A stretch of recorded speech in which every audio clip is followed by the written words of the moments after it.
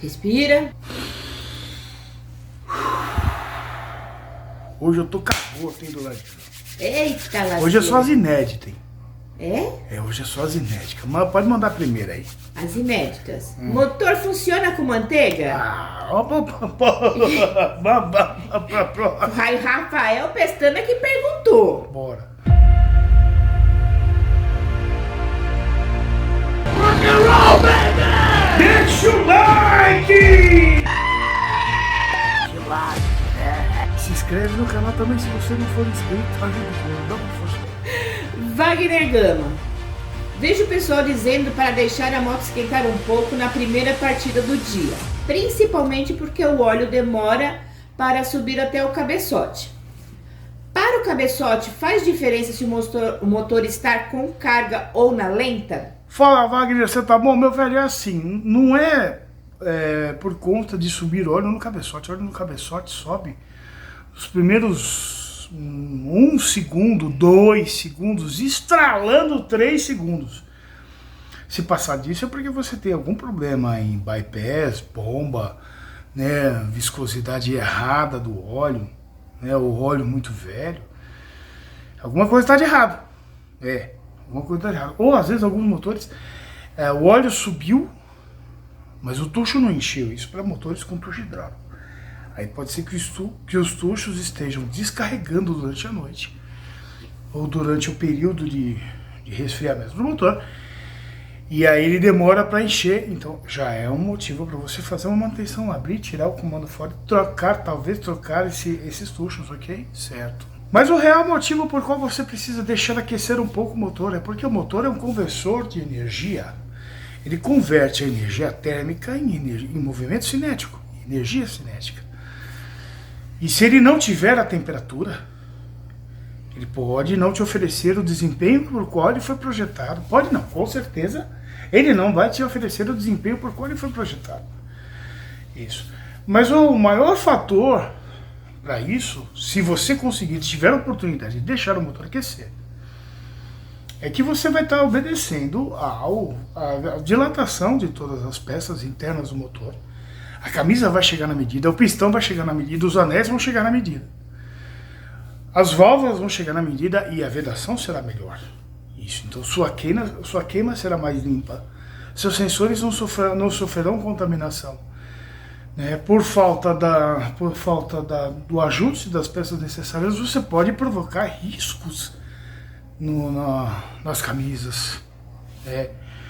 E o fator mais importante, no momento em que o motor está frio, os anéis têm uma chance maior de se deslocarem e por ali se encontrarem. Se eles se encontrarem, pode ser que crie um veio de lubrificação. E esse veio de lubrificação acaba se tornando um guia hidráulico. E esse guia hidráulico faz com que os anéis não girem mais, porque o óleo começa a passar. Ele forma uma guia, forma uma canaleta passando, o motor começa a queimar óleo, e ali começa a criar uma canaleta, porque o anel para de girar. Então é por isso que quando a gente monta os anéis, a gente desencontra, ok? As guias ali, isso. Para que isso nunca, jamais aconteça, mas durante a partida frio, essa situação ela é mais perigosa de acontecer. Okay? É um evento e poucos profissionais sabem disso, tá? Mas acontece sim. Então, se você puder deixar ele aquecer por pelo menos uns 3, 4 minutinhos, ótimo. Dá a partida, enquanto você der a partida, vai ajustando os retrovisores, passa um batom, um blush, um pó de arroz na cara, põe o cinto, guarda a bolsa, né? Se quiser, né, enquanto você liga o som, ajusta as coisas, aí você sai. Bom, mas se não tiver a possibilidade, a chance de você ter um motor menos durável e dar a partida e sair andando, a chance é muito grande. Tá? Isso, aliás, é recomendação do próprio fabricante do motor. E com relação à carga, você perguntou, né? Você perguntou se para o cabeçote faz diferença se está com carga ou não. Ou seja, o cabeçote é o setor de comandos. Isso. O cabeçote é uma tampa que contém a explosão, correto? Ou seja, faz com que as explosões joguem o pistão para baixo, que é O cabeçote não pode sair voando. Então, o cabeçote em primeiro lugar é uma tampa, ok? Mas nessa tampa existem os comandos. E esses comandos, eles abrem e fecham as válvulas. O responsável por carga, o responsável por tracionar, para girar o câmbio, girar as rodas, ou seja, o resultado da transformação cinética, é no vira. Então, para o cabeçote, é indiferente se é a carga ou se não há. Mas na partida fria, para o virabrequim faz total diferença se tem carga ou se não tem. Tá bom? Próximo, dona Nativa. Lucas Gomes. Qual a razão dos escapamentos de motos mais antigas da Honda serem no formato cônico e não cilíndrico? E por qual motivo estes não são paralelos à balança da moto e sim inclinados para fora? Fala, Lucas, você tá bom? Firme e forte, meu velho. Show de bola. Lucas, essas duas perguntas suas, elas se baseiam na limitação técnica da época. E também ao estilo da época também. Os escapamentos, na maioria deles, da sua época, eram daquele estilo, era naquele formato. E nem sempre esses estilos são obedecidos por uma questão de estética. Para quem já assistiu meu vídeo sobre escapamentos esportivos, clica aqui que você vai conseguir entender muita coisa sobre escapamento. Eu comparo o escapamento a um instrumento de sopro, por exemplo. Okay? Então há uma dinâmica, um estudo, uma engenharia sobre o comportamento desse fluido que passa por esse vento, por esse ar, por esses gases todos, essa alta temperatura, essa proximidade com a atmosfera desses gases que estão saindo pelo escapamento, que uma vez bem projetado pode, além de proporcionar um bom som, que é a marca registrada da motocicleta, mas também melhorar o desempenho do motor, subindo algumas cavalagens aí, ok? Isso. E principalmente obedecer a contenção atmosférica do lixo que sai da explosão, que as pessoas chamam de gases, mas não são gases. São lixos da explosão, e assim, esse lixo da explosão, quanto mais tardio for o ganho atmosférico dele, ok? Menor é a temperatura do escapamento será. Então, se o motor, por exemplo, for um motor mal projetado, o escapamento for um escapamento mal projetado, um escapamento que pode aquecer demais, essa temperatura migrar para as válvulas, sede de válvulas, câmaras de explosão. É por isso que todo escapamento na hora de saída tem uma flange, da CB tem uma flangezona até bonita, toda diferentona, justamente que é para dissipar a temperatura ali naquela região, que é altíssima. A temperatura entre o escapamento e a câmara de explosão, ela é discrepante, é enorme. E esses formatos cônicos, retos, tal, e tudo mais, tudo isso é resultado de um ensaio do funcionamento dentro da fábrica para proporcionar esses atributos que eu mencionei para você. Então aquilo que você está vendo lá é o resultado do trabalho da época, é lógico. Vieram novos testes, novos equipamentos, novos ensaios, novas situações durante os ensaios, novas necessidades, como por exemplo motores com 2 comandos, né? DOHC, por exemplo, foi necessário um desenvolvimento para escapamento para ajudar no cruzamento das válvulas, ok? Que é uma coisa importantíssima. Então o design mudou também, o escapamento mudou o formato, foi para cima, né? Existe um novo silenciador. Alguns perderam aquele silenciador intermediário, ele acabou indo para a ponta.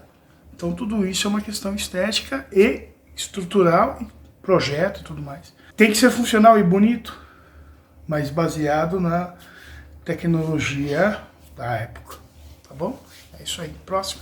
Cleiton F. Santos. Retirei as bronzinas do mancal e bielas. Não tem cor, porém tem as medidas na peça. É 0,25.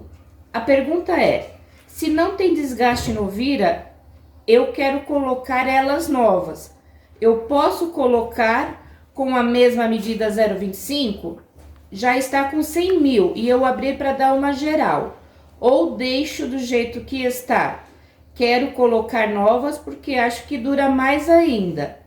Não teve problema. É uma CB 450 DX ano 94. Fala, Cleiton, você tá bom, meu velho? Firme e forte. Cleiton, isso costuma muito acontecer, cara. Às vezes a gente abre o motor, você põe um plastic gauge lá, tá dentro dos parâmetros, né? O virabequim não tem riscos, tá duro ainda, a dureza tá correta, você mede os rótulos da dureza, tá obedecendo a dureza correta, tudo bem. Você troca só a bronzina, isso acontece demais aqui comigo. Aliás, é um número bem grande que isso acontece, só que existem esses requisitos, por qual eu estou dizendo para você. Tem uma dúvida, que você falou que a moto está com 100 mil ou o motor está com 100 mil? Porque esse motor já foi aberto, evidentemente. Se ele está com 0,25, então ele não é standard mais.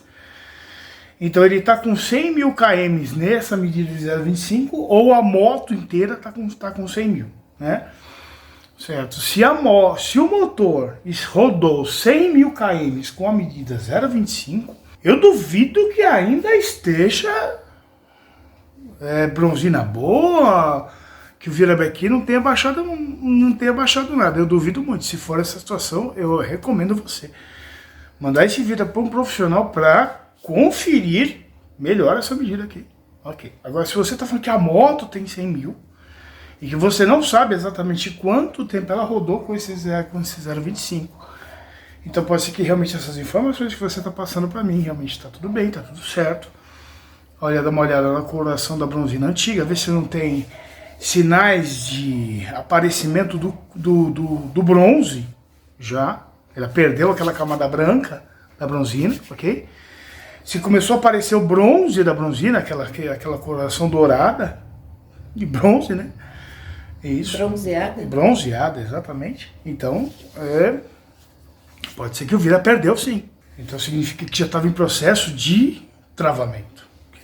Se a coloração da bronzina começou a ir para o acinzado, para o marrom, para o escuro, né? Então não é bem assim. Então perdeu alguma coisa sim, tá? Caso não, então meus parabéns, rodou muito bem, tá joia, pode colocar a bronzinha nova aí. Isso, verifica no plastic gauge qual é a medida que ficou, vê se está dentro dos parâmetros, até ponto 0,55, ponto 0,57.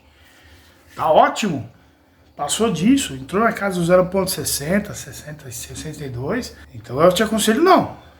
Pode ser o motor que comece a rajar aí, tá bom? É isso, meu velho. Parabéns aí, próximo. Diogo PNSO.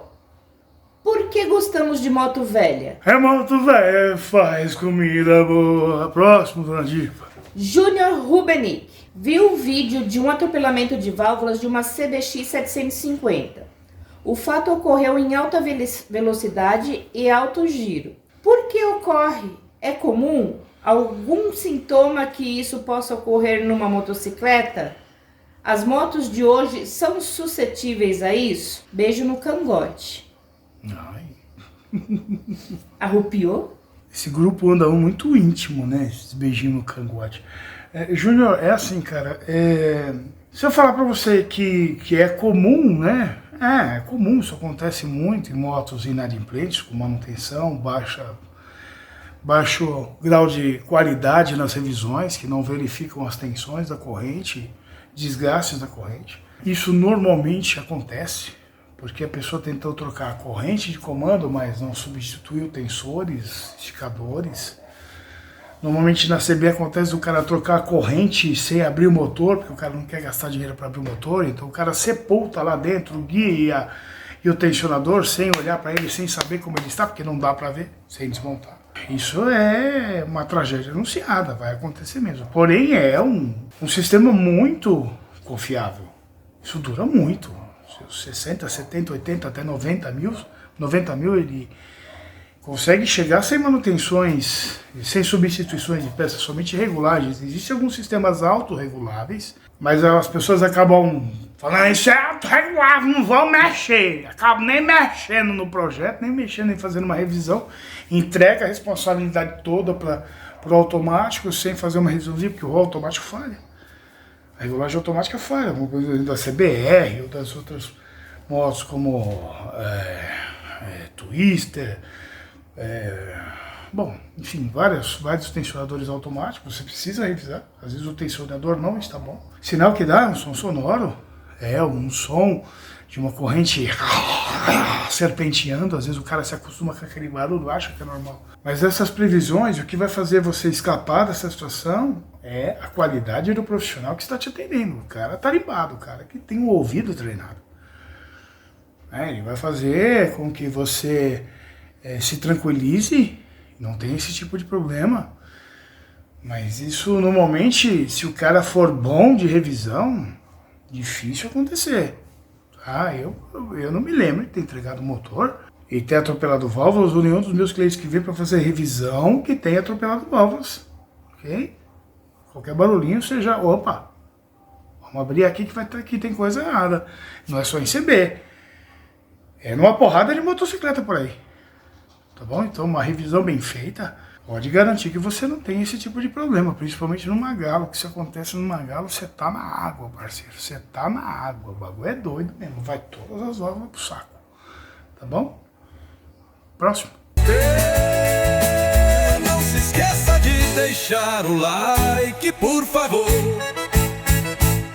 Marcelo Rocha, é lenda ou verdade que não se pode manter a velocidade constante em viagens de moto, pois pode prejudicar o motor? Viajo sempre na média 80 a 100 km, em específico na CB 450. Posso andar a 100 km constante ou devo variar? Detalhes, motor já saiu do período de amaciamento. Marcelo, eu acho que você já fez essa pergunta algumas vezes, meu velho. Acabei vendo algumas vezes e percebi que isso te aflige já há um certo tempo. Eu já respondi para você lá, mas eu acho que eu vou reforçar essa informação. Marcelo, isso é mito, cara. Foi uma informação assim, completamente inútil que te deram. Uma vez que você já passou pelo período do amaciamento, como você mesmo disse, o período do amaciamento é um período meio complicado, melhor você não subir muitas rotações, porque as camisas estão passando pelo processo de adaptação com relação às superfícies dos pistões e anéis e tudo mais. Passou esse período, você pode variar o quanto você quiser as velocidades. Na estrada, não vejo o porquê não. O que eu recomendo é que você não utilize o motor com baixas rotações em marchas de alta velocidade. Às vezes o cara está aqui em primeira. O motor mal passou pela fase de curva de torque, ele já joga a segunda.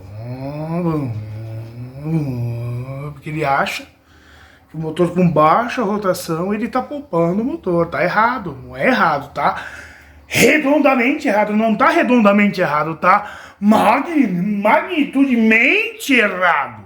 Porque o motor precisa de, além de temperatura, ele precisa de energia acumulada, que é a rotação. Ele precisa de rotação. Ele não tem problemas com rotação.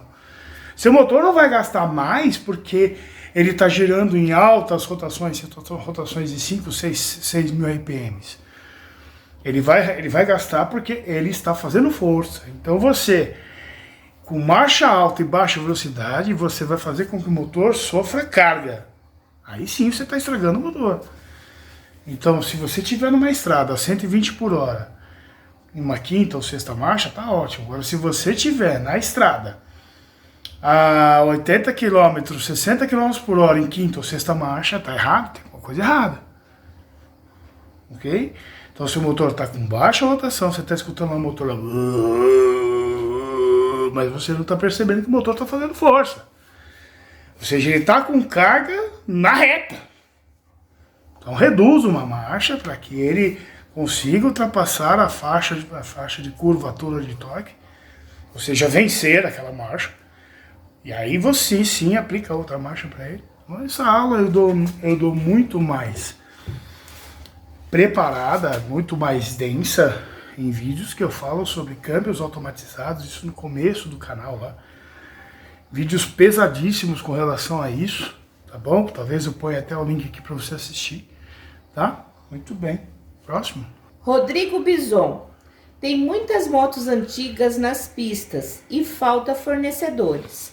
Por que estão deixando nossas motos sem as peças? Rodrigo, o cara só fabrica uma peça que vende. Se não vende, ele para de fabricar.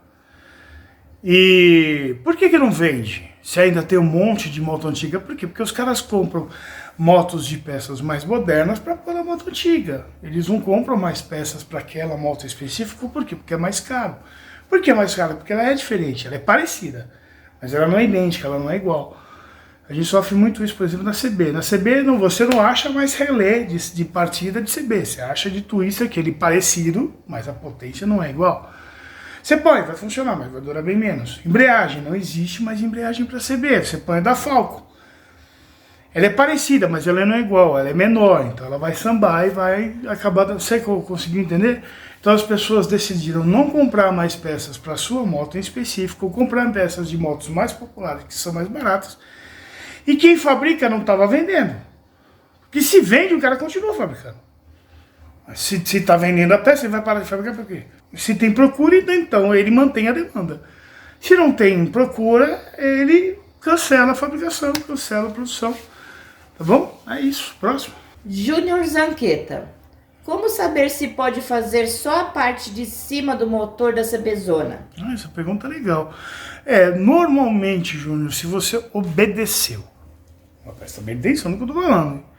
Se você obedeceu a todo o processo de substituição de óleo, se manteve o óleo original do fabricante, você não ficou inventando historinha de modernizar o seu óleo, colocar um óleo diferente, mais moderno. O brasileiro adora fazer isso. Adora mudar o óleo, adora mudar o óleo. Eu apanho todo dia por causa disso. Mas tudo bem. Você pode bater o quanto você quiser, mas você nunca vai conseguir provar para mim que o seu motor durou mais porque você modernizou o óleo. Você nunca vai conseguir fazer isso. Ok?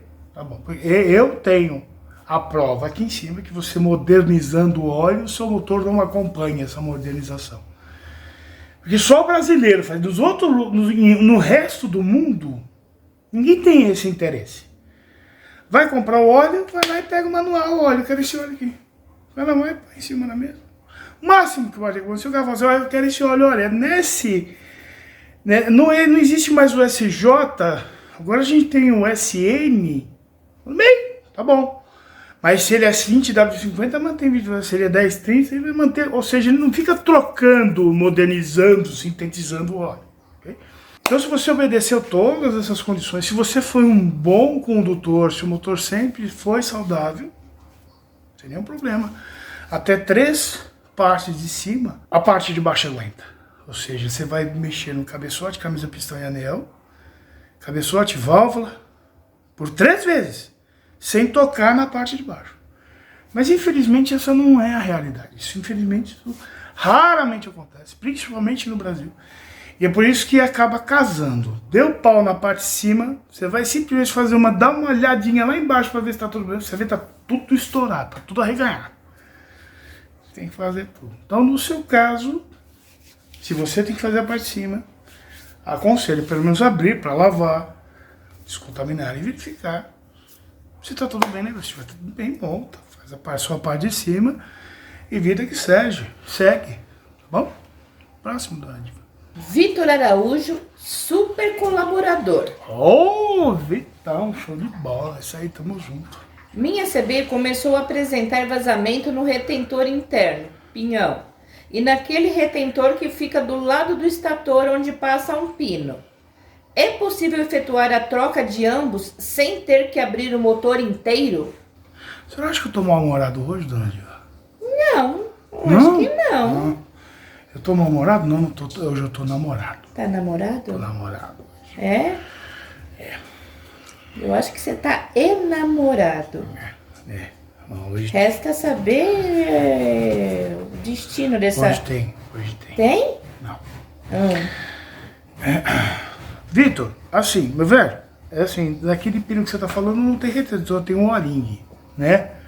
O O-ring é o pino da engrenagem do motor de arranque. Tem que abrir.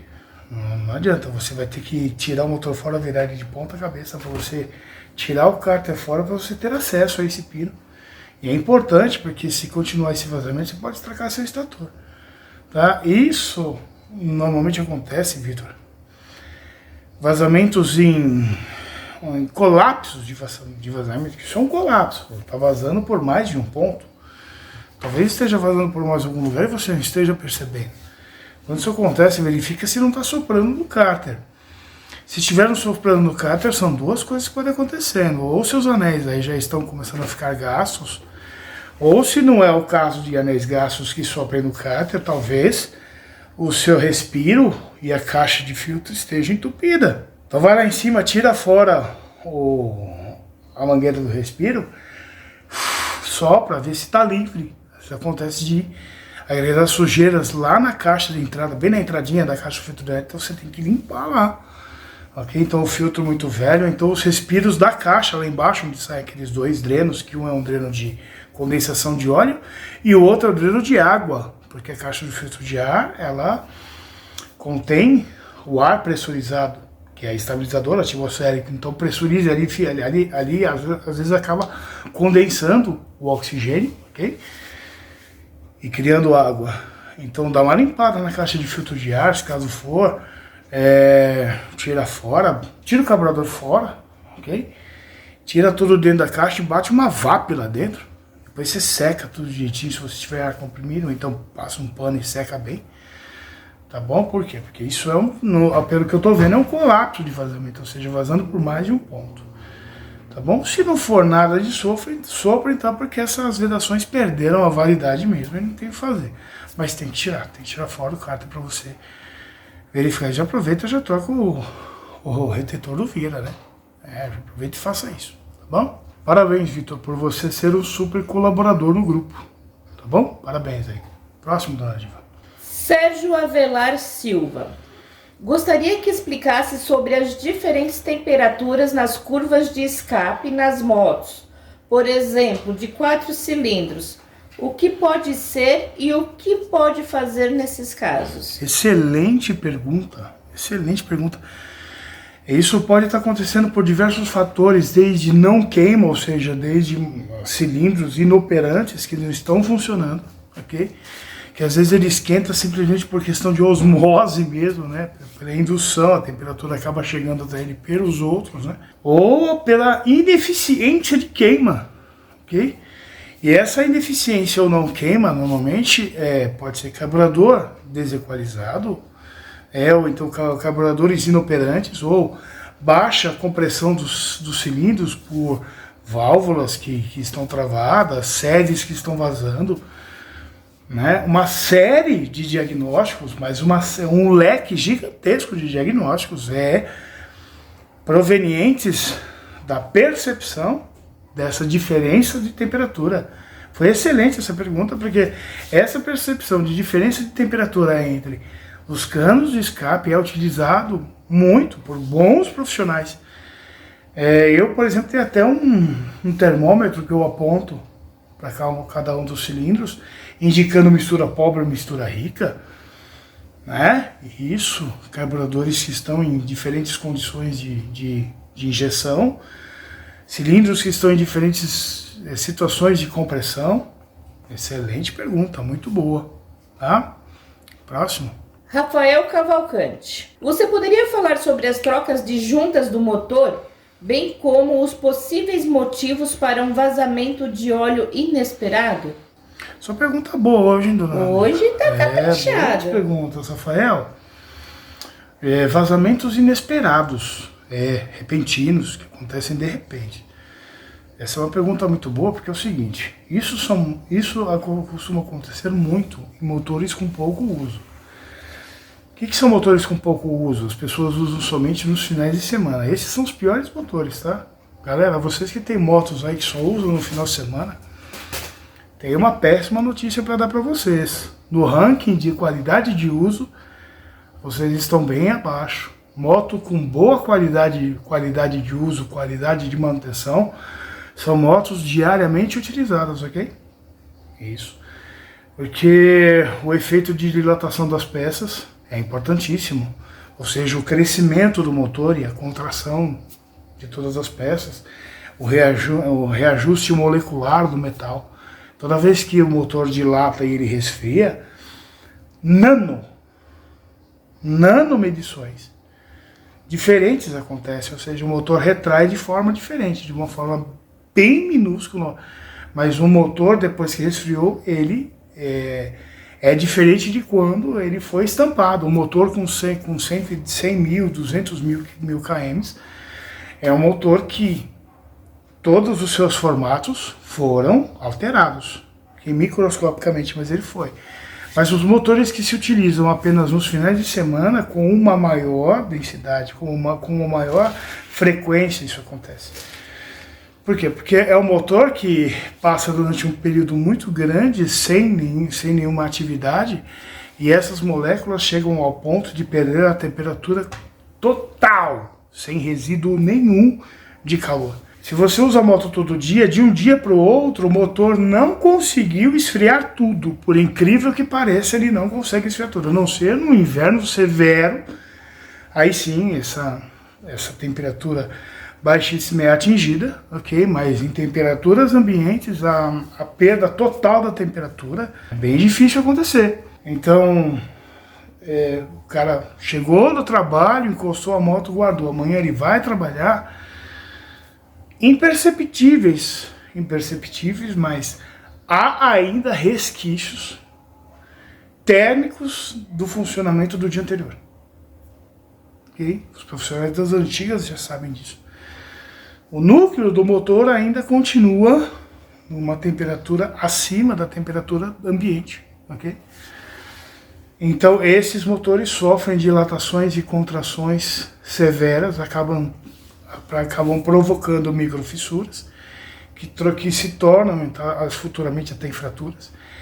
E o que muito mais acontece a junta não é somente para vedar, a junta é para fazer com que peças diferentes acompanhem dilatações diferentes. Se uma peça desse tamanho dilata, ela cresce até um certo ponto. Se uma peça deste tamanho dilata, ela chega até um outro certo ponto, ou seja, a peça maior dilatou de um jeito, a peça menor dilatou de outro. Então a junta está lá para obedecer a esse deslizamento de diferenças de tamanho que as peças ficam depois de aquecimento.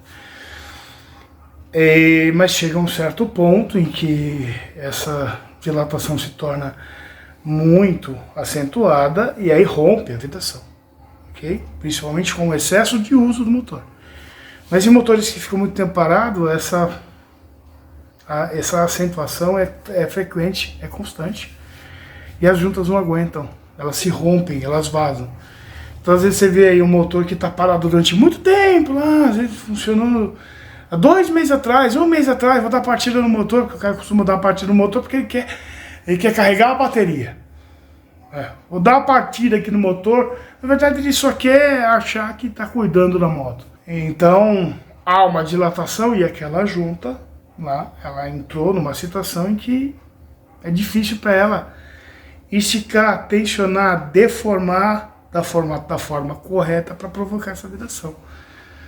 Tá bom? Qualidade da junta é muito importante para isso. Valflex. Puta junta, cara. Junta muito boa. Simples, embalagem simples, baratinha. E olha, eu trabalho com juntas há muitos anos. Conheço diversas juntas por aí, tanto de carro quanto de moto. E vou ser bem sincero, hein? Nunca tive problemas. O índice de acerto dos caras é muito bom. O material que eles usam não é muito bom. Da mesma forma que eu sou apaixonado pelos caras da Dani Dre, eu também sou apaixonado pela Valflex. Ok? Nunca me deixou na mão, cara. A juntinha da Valflex nunca me deixou na mão. Pode usar, velho. Pode pôr. O bagulho é show de bola. Não ganho nada da Valflex pra ganhar. Pra falar isso pra você, brother. Você sabe que eu não sou patrocinado por ninguém. Mas o que é bom é que eu falo. O que é ruim eu também falo. O que é ruim faz é a porcaria, eu não uso a porcaria. Né? Mas o que é bom eu também falo. A vantagem desse canal é canal puro. Aqui eu não tenho patrocínio, ninguém tá me pagando pra falar bem dele. Ok? Apesar que daqui a pouco nós fechamos um patrocínio aí logo, né? Pra ajudar no canal. Isso. Mas é isso. Coração puro no canal. Coloca cola na junta? Não põe cola junto, pelo amor de Deus, dona Diva, pelo amor de Deus. E tem uma porrada de pergunta ainda. Nossa, se eu for olhar aqui, meu Deus, tem mais uma porrada de pergunta. Peço desculpas, não dá pra responder todas.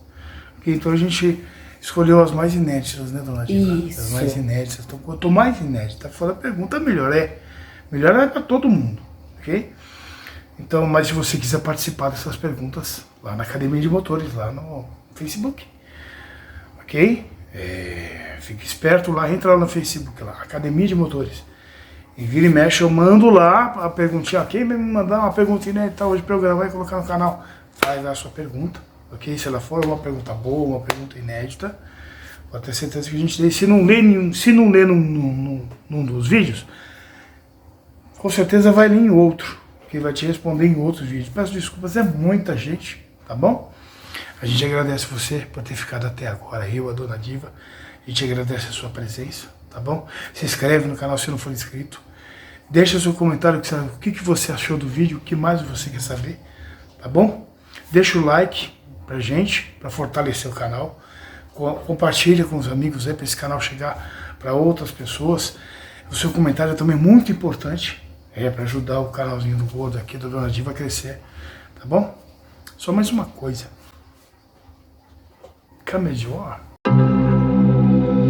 Saudações, meus queridos alunos desse meu Brasil baronil. 1% dos mecânicos sabem. São informações que eu vou passar para vocês, que sempre ficaram trancadas às 7 chaves, que líderes e concessionária não faziam a menor ideia do que estava acontecendo na vida. Grandes mecânicos não chegaram a esse conhecimento, não tiveram acesso a essas informações. Mas eu não quero que você seja igual a todo mundo. Eu quero que você seja aquela pessoa que sabe o que acontece na vida. Então, bicho, meu amigo e minha amiga, presta muita atenção no que eu vou dizer pra você agora. Senta, relaxa, respira fundo. Porque a partir de agora, o seu cérebro é meu!